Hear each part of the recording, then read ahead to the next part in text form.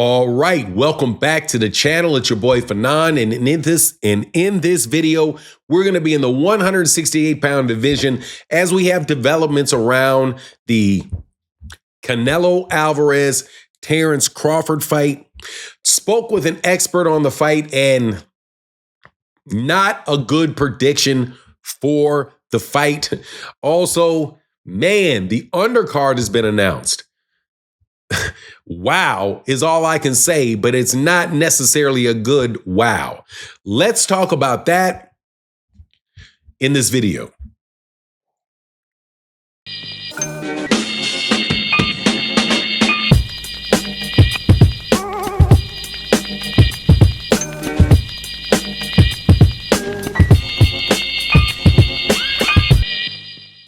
All right, welcome back to the channel. It's your boy Fanon, and in this video, we're going to talk about three things. One, I talked to an expert about the Terence Crawford Canelo Alvarez fight and what he thought about the fight and the outcome of the fight, because the feeling that I get is that people are starting to favor Terence Crawford in the upset.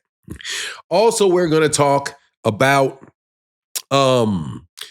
why the fight in many people's eyes looks like a setup fight, but we're also going to talk about that undercard, the amazingly bad undercard for this fight. Now, before I get into the details, though, let me welcome you back to the channel. If you are new to the channel, please accept my invitation to hit the subscribe button and hit the bell icon so you can be notified of when we release more videos. And if you're a longtime subscriber and supporter of the channel, thank you guys so much for what you do. Thank you, thank you, thank you. But let's get into this. Spoke with a very, very reputable boxing person.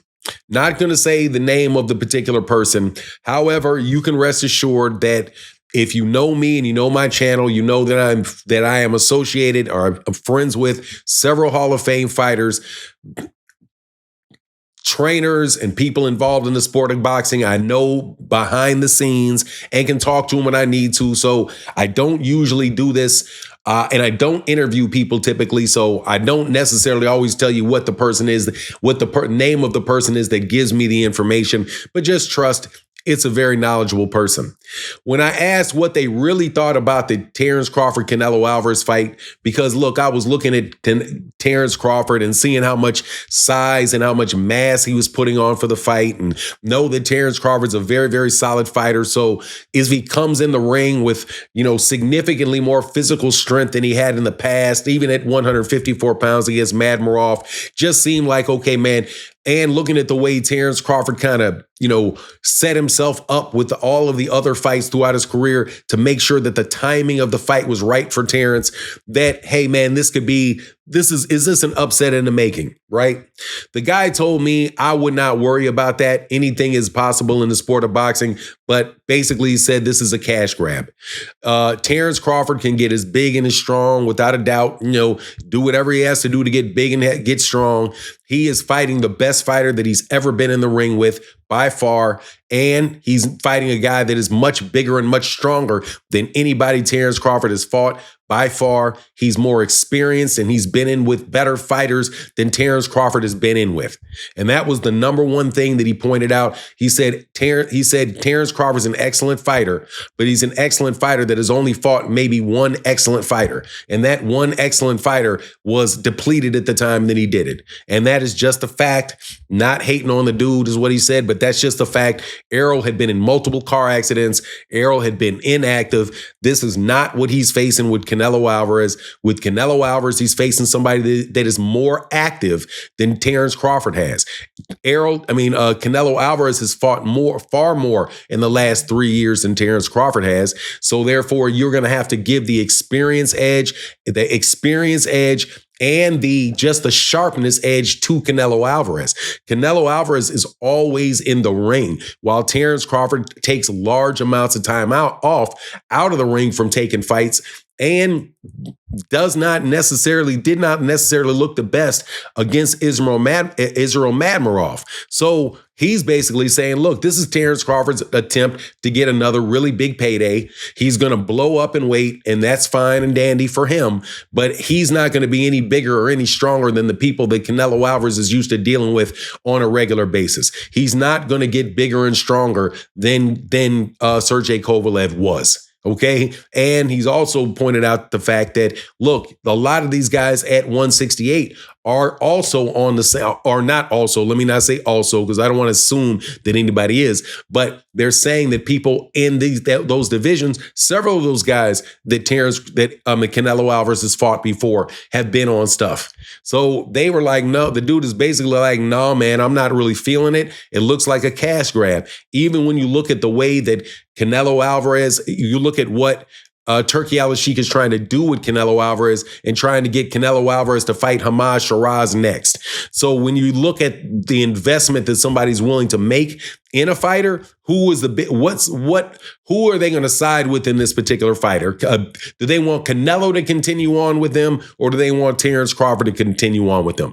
Well, the answer is going to obviously be Canelo. For those several reasons, he's like, man, look, this thing could look like just like the Jermell Charlo fight, where Jermell Charlo gets hit with a big shot, them things start coming, or he hits something. He hits Terence Crawford hits Canelo Alvarez with something, and Canelo Alvarez just looks at it and keeps coming.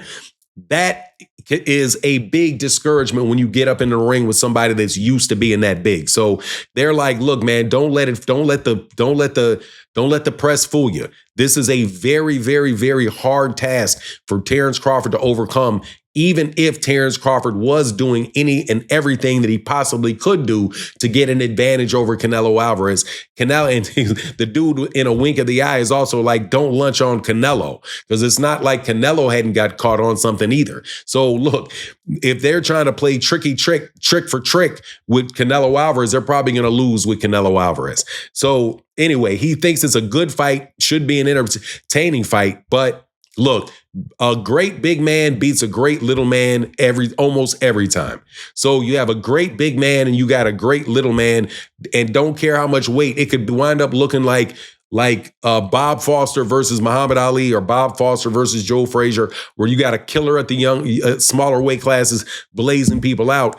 They wound up, landing some nice shots on the big guy, but it doesn't happen. Nothing really happens for him. And then boom, they start stepping up on him. Now, to talk about the rest of the event, man, this undercard is terrible. Callum Walsh versus Fernando Vargas. Christian Mbili versus Lester Martinez. And Muhammad Alakel versus John Orlanis. That, how can I say this politely? That is a garbage undercard. And it is good that this fight is free on Netflix, because there's no way people are going to buy that fight with that type of undercard. But it makes you wonder, why do you have that type of undercard? That is a very, very, very low budget, very, very low budget undercard for an event that you're trying to blow up like this. It almost seems like Turki Al-Sheikh is really just saving the good fights to take place in Saudi Arabia. And then the fights that they have in the United States are just like paper thin. But anyway, that's my take on the matter. Please let me know what you think in the comments section. Also, I want to give a special thank out to Barbara D. I also want to give a special thank out to Deborah Booker, two of my favorite subscribers. I'm going to start doing this towards the end of the video just to say thank you to the people that I know watch the video all the way, that watch the video all the way to the end. But anyway, that's my take on the matter. Thank you so much for stopping by. And with that, I'm out. Deuces.